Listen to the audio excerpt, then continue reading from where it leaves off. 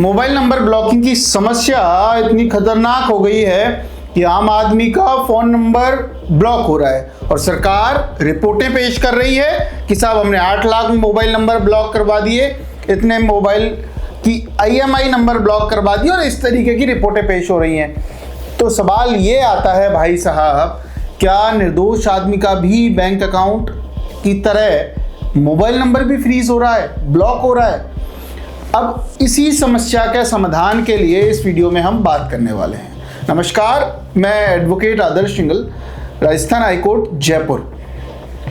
Cyber crime में bank अकाउंटों का फ्रीज होना तो आप सबने सुना था, लेकिन मोबाइल नंबरों का ब्लॉक होना एक दोबारा से एक नई तरीके की लहर चालू हो गई है और मोबाइल नंबर एक नॉर्मल व्यापारी व्यक्ति के हो रहे हैं। और जिस तरीके से मोबाइल नंबर ब्लॉकिंग की समस्या बढ़ रही है, मुझे तो ऐसा लगता है ये भूचाल सा ही आने वाला है, क्योंकि मोबाइल नंबर ब्लॉकिंग इतनी खतरनाक है। एक स्टोरी के साथ मैं शुरुआत करता हूं, उसका सॉल्यूशन भी बताऊंगा, ये भी बताऊंगा क्यों होता है। लेकिन सबसे पहले कहानी सुनिए। एक व्यक्ति, और वही कारण है इस वीडियो को बनाने का भी, कि किसी का पूरा जीवन कैसे नष्ट हो सकता है सिर्फ एक मोबाइल नंबर ब्लॉक होने की वजह से। ये कहानी है एक टैक्सी ड्राइवर की, रियल घटना है, सच्ची कहानी। और वो हमारे पास आता है और सारा मतलब उस टाइम तक आया जब उसका मोबाइल नंबर भी चला गया। पूरी कहानी समझते हैं। एक टैक्सी ड्राइवर था, इनोवा उस पर टैक्सी थी। 15 साल से उसने पहले किसी के सेठ जी की, किसी मालिक की गाड़ी चलाता था। उसके बाद उस व्यक्ति ने वो गाड़ी खरीदी, धीरे धीरे अपनी एक गाड़ी बनाई, छोटा सा घर बनाया और अपने बच्चों के साथ आराम से रहता था। गाड़ी चलाने का काम था। उससे पूछा, भाई क्या कर लेते हो? तो उसने कहा जी 50-60 हज़ार रुपये की कमाई कर लेता हूँ, बच्चे पढ़ रहे हैं, अपना घर चला लेता हूँ, अपना काम धाम कर लेता हूँ, कभी बाहर का टूर आ जाता है, थोड़ा बहुत कुछ ज़्यादा कमा लेते हैं, नहीं तो चल रही है कहानी, पूरी शानदार जीवन चल रहा है। तो भाई प्रॉब्लम क्या आई? अब प्रॉब्लम की बात ऐसी आई कि किसी पर्सन ने उसकी टैक्सी बुक की। टैक्सी बुक करने के लिए उसको कहा कि आप मेरे घर से, जो टैक्सी ड्राइवर का घर था लगभग 10 किलोमीटर की दूरी पे था, कि आप वहाँ आ जाइए और वहाँ से अपन चलते हैं। अमाउंट उनका फिक्स हुआ, 7000 रुपीज़ उनको पे करना था। 7000 रुपीज़ के बाद अब बात यह है, जैसे ही वो वहाँ पे पहुँचा टैक्सी ड्राइवर, उसको पता नहीं कोई इमरजेंसी आ गई, कुछ कॉल आ गया, तो उसने कहा कि मैं नहीं जा पाऊँगा। तो टैक्सी ड्राइवर ने कहा कि ठीक है जी, आप 500 रुपये मुझे दे दीजिए, यहाँ आना जाना, मेरा time and all these things के लिए। एक्चुअल में कहानी ये थी कि वो 5000 रुपये पहले से ही ट्रांसफ़र कर चुका था, कि 5000 रुपये मैं आपको ट्रांसफ़र, जैसे ही वो पहुँचा और सारी चीज़ें, जब तक इमरजेंसी कंडीशन नहीं थी, 5000 रुपये उसने ट्रांसफ़र कर दिए थे। तो बात यह है कि टैक्सी ड्राइवर बोलता है, ठीक है साहब, मैं आपको 4500 रीट्रांसफ़र कर देता हूँ और 500 रुपये का जो इशू है वो 500 रुपये मैं अपने खर्चे के लिए रख लेता हूँ। उसी चीज़ को लेके बहस हुई, वो 200-300 रुपये वाली कोई बात पे कि नहीं इतना ज़्यादा है, इतना कम है। होते हैं बड़े बड़े लोग भी कभी कभी छोटी छोटी बातें कर देते हैं, तो उसके साथ इशू हुआ और लास्ट में जाके झगड़ा इतना बढ़ गया कि वो व्यक्ति अपना कैश निकाल के वो कुछ पैसे देता है, वो टैक्सी ड्राइवर भी कि ठीक है जी इतना ही है, मेरा तो खर्चा हुआ है, मेरा पूरा दिन खराब चला गया, मैंने और क्लाइंट्स एंड ऑल, इस बात को लेके कोई झगड़ा हुआ। उस बंदे ने झूठी साइबर क्राइम की कंप्लेंट डाली, 5000 रुपये उसके अकाउंट में फ्रीज हो गए और इसके साथ साथ उसका मोबाइल नंबर ब्लॉक हो गया। अब परेशानी इतनी बढ़ गई कि वो, जैसे चलो हम तो वीडियो बना रहे हैं ऑनलाइन, कोई ऑनलाइन व्यापार है, किसी का क्या है, किसी का ओला है, उबर है, अलग अलग तरीके के साधन है। लेकिन इस केस में आप ये देखिए, 15 साल से उस आदमी के पास सिर्फ एक मोबाइल नंबर, 15 साल से वो उसी मोबाइल नंबर से चला रहा है। हर व्यक्ति के पास उसका वही मोबाइल नंबर, वही विजिटिंग कार्ड जिस पे वो मोबाइल नंबर है, उसके फिक्स क्लाइंट्स, उसके अगर 200 क्लाइंट्स भी हैं तो महीने में कोई ना कोई उसको काम के लिए बुलाता रहता था और उसी मोबाइल नंबर पे कॉल किया जाता था। अब बात यह है कि साहब 2 महीने से मैं धंधा ही नहीं कर पा रहा, क्योंकि कोई भी आदमी मेरे को कॉल करता है तो मेरा नंबर ही नहीं लगता। अब नंबर ही नहीं लगता तो वो मेरा क्लाइंट कैसे बनेगा? अब क्लाइंट है ही नहीं, मेरा फ़ोन स्विच ऑफ है, कोई ऑप्शन नहीं। अब किसी को मान के चलिए, जैसे मैं टैक्सी ड्राइवर हूँ, आपको कहीं जाना है, अब मेरा नंबर नहीं लगे तो आपके पास ऑप्शन है, दूसरा टैक्सी वाला कर लोगे। आप दूसरा टैक्सी वाला कर लोगे तो आप उसके परमानेंट क्लाइंट बन जाओगे, क्लाइंट टूट जाएगा। उसके साथ ये समस्या।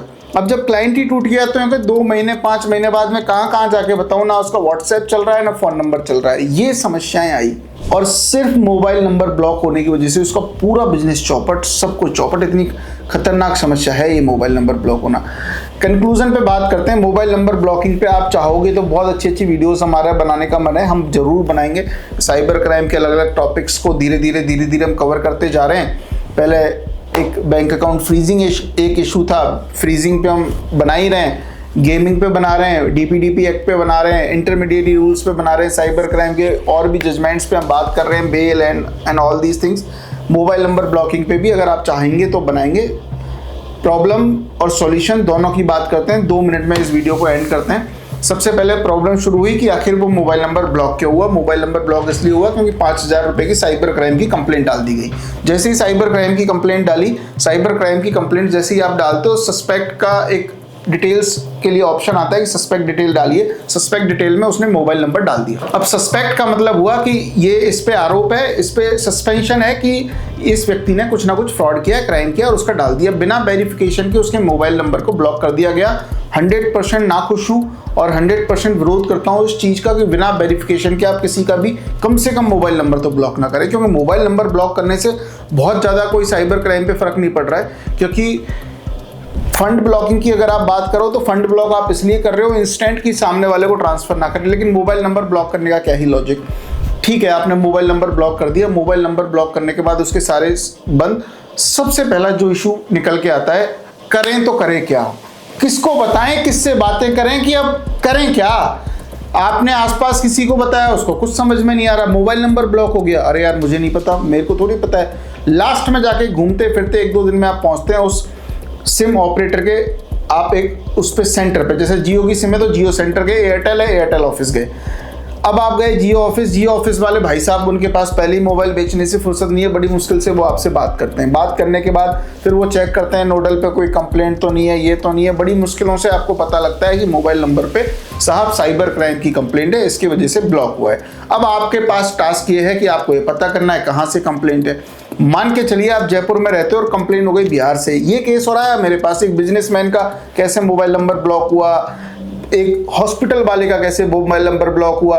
सारी कहानियां धीरे धीरे मैं बताऊंगा, अलग अलग वीडियोस में मैं बताऊंगा, लेकिन सॉल्यूशन पे बात कर लेते हैं। हर एक प्रॉब्लम का एक अलग टाइप का सॉल्यूशन होता है। तो उसके बाद जैसे आपने पता किया कि आप एक उस सेंटर पर गए, जियो की सिम थी, जियो के सेंटर पर गए, वहाँ उसने ये बता दिया कि साहब आपका फलानी जगह से मोबाइल नंबर ब्लॉक हुआ है। मान के चलिए बिहार से हुआ है, बिहार से आपका मोबाइल नंबर ब्लॉक हुआ है। बिहार में भी पटना है, पटना में भी एक जगह है कि वैशाली डिस्ट्रिक्ट, मान लीजिए वैशाली डिस्ट्रिक्ट से आपका मोबाइल नंबर ब्लॉक हुआ है। अब वहाँ आपको जाना है और वहाँ जाके आपको वहाँ से एनओसी लेके आनी है। वो एनओसी फॉरवर्ड होगी बिहार के उस नोडल से, जो जियो का जो नोडल है वहाँ से, और वो जियो का नोडल भेजेगा यहाँ पे। इतनी बड़ी समस्या है ये। अब सबसे पहला टास्क आपने कंप्लीट किया, काम धंधा तो भूल ही जाओ। कितनी बड़ी समस्या पैदा हो गई है, काम धंधा तो भूल ही जाओ। सब कितनी बड़ी समस्या पैदा हो गई कि आपका बिजनेस खत्म, बिजनेस को छोड़ा आपने, आप वहाँ गए, सबसे पहले जियो या एयरटेल ऑफिस से गए, आपने पता किया सब यहाँ से मेरा मोबाइल नंबर ब्लॉक हुआ है। मोबाइल नंबर ब्लॉक होने के बाद आपने क्या किया, आपने साइबर सेल से कांटेक्ट करने का प्रयास किया। आपके पास कोई ऑप्शन नहीं है, लेकिन फिर भी आपको लगा जाना चाहिए। आप वहाँ गए, विजिट किया आपने। विजिट करने के बाद सबसे पहले तो रिप्रेजेंटेशन दिया। आपको पता भी नहीं किस आदमी ने आपका नंबर ब्लॉक करवा रखा है। अब सामने वाला, इसी केस का अगर हम लें तो सामने वाला कंप्लेंट वापस लेने को तैयार नहीं है। वो ये कहने पे लगा हुआ है नहीं चाहिए मुझे 5,000 रुपये, मैं तो फ्रॉड किया है, तुमने ये किया वो किया है। अब उस टाइम पे उस आदमी को सेटिस्फाई करना कि साहब हमने फ्रॉड नहीं किया भाई साहब, मैं टैक्सी ड्राइवर हूँ, मेरे से ले जाओ 5,000 रुपये, 10,000 रुपये और ले जाओ भाई साहब, मेरा काम धंधा पूरा चौपट हो गया, अकाउंट तो फ्रीज चलता रहेगा। मोबाइल नंबर को तो आप चालू करवाओ कम से कम। अब जैसे ही आपने मोबाइल नंबर चालू करवाने के लिए एप्लीकेशन दी साइबर सेल को, साइबर सेल उस एप्लीकेशन पे अपनी फैक्चुअल रिपोर्ट बनाएगी। फैक्चुअल रिपोर्ट बनाने के बाद अगर उनका कोई डीसीपी, जैसे बेसिकली लोकल पुलिस स्टेशंस को ये इतना दे नहीं रखा है अभी, तो डीसीपी लेवल के ऑफिसर्स को दे रखा है मोबाइल नंबर ब्लॉकिंग के लिए। वो एक लेटर जारी करते हैं कमिश्नर टू पीएचक्यू और पीएचक्यू टू नोडल। अब डायरेक्ट किसी आदमी से अगर PHQ से कोई करवाना चाहे वहाँ से भी पॉसिबल है, लेकिन बेसिकली फैक्चुअल रिपोर्ट है जो उस केस में देखी जाती है कि आखिर में इस केस के फैक्ट क्या थे, और अगर मोबाइल नंबर हम चालू करते हैं तो क्या ये मोबाइल नंबर वाला जो ऑनर है वो दोबारा तो साइबर क्राइम नहीं करेगा, जो कि साइबर क्राइम का सिर्फ उस पर एलिगेशन है, प्रूफ भी नहीं हुआ है क्योंकि अभी तक कोर्ट में केस गया ही नहीं था। अब आपको ये बात समझनी है कि मोबाइल नंबर चालू करवाने के लिए आपने सबसे पहले आपने ये पता किया साइबर क्राइम की कंप्लेंट कहाँ से हुई है, दूसरी बार पता किया कि साइबर क्राइम की कंप्लेंट होने के बाद आप वहाँ गए, वहाँ से आपने NOC ली, NOC लेके नोडल को दिया। ये तो एक बेसिक रफ प्रोसेस है, लेकिन इसके अलावा बहुत सारे तरीके हैं। आप चाहें तो रिप्रेजेंटेशन भेज सकते हैं, चाहें तो ट्राई में भी telecom regulatory authority of India में कॉन्टेक्ट कर सकते हैं, डिपार्टमेंट ऑफ टेलीकम्युनिकेशन में कर सकते हैं। इसके साथ साथ आप जो ऑपरेटर्स हैं जो आपके, उनसे भी संपर्क कर सकते हैं कि आप ही अपने लेवल पे कोऑर्डिनेट करिए, क्योंकि उनके भी नोन पर्सन्स होते हैं, वहाँ से भी वो कोऑर्डिनेट कर सकते हैं। इस तरीके से आप अपना मोबाइल नंबर जो है वो चालू करवा सकते हो। इसके लिए फंडामेंटल राइट्स का 100% वायलेशन है, आपका बिजनेस ऑब्स्ट्रक्ट हो गया, सारा चीज़ें खत्म हो गई। You can file a writ petition also, आप रिट पिटीशन भी फाइल कर सकते हैं, कोर्ट में जा सकते हैं और उनके एक्शन को चैलेंज भी कर सकते हैं। और आप अगर साइबर सेल में विजिट करते हैं, रिप्रेजेंटेशन भेजते हैं अपने मोबाइल नंबर को चालू करवाने के लिए, और आपसे कोई पूछता है कि आप अपना प्रूफ लाइए, तो आप उस जिसने कंप्लेंट की है उसके अगेंस्ट में भी कंप्लेंट कर सकते हैं, अगर उसने आपके ऊपर फेक साइबर क्राइम की कंप्लेंट की है, जिससे वो जो रिवर्ट कंप्लेंट हुई, जो आपने क्रॉस FIR क्रॉस कंप्लेंट जो आपने कराई, that will be your proof कि आप इनोसेंट थे, उस पर्सन को आपने इस तरीके से ट्रांजैक्शन किया, लेकिन उसने गलत तरीके से उसको प्रेजेंट करके आपका मोबाइल नंबर ब्लॉक करवा दिया।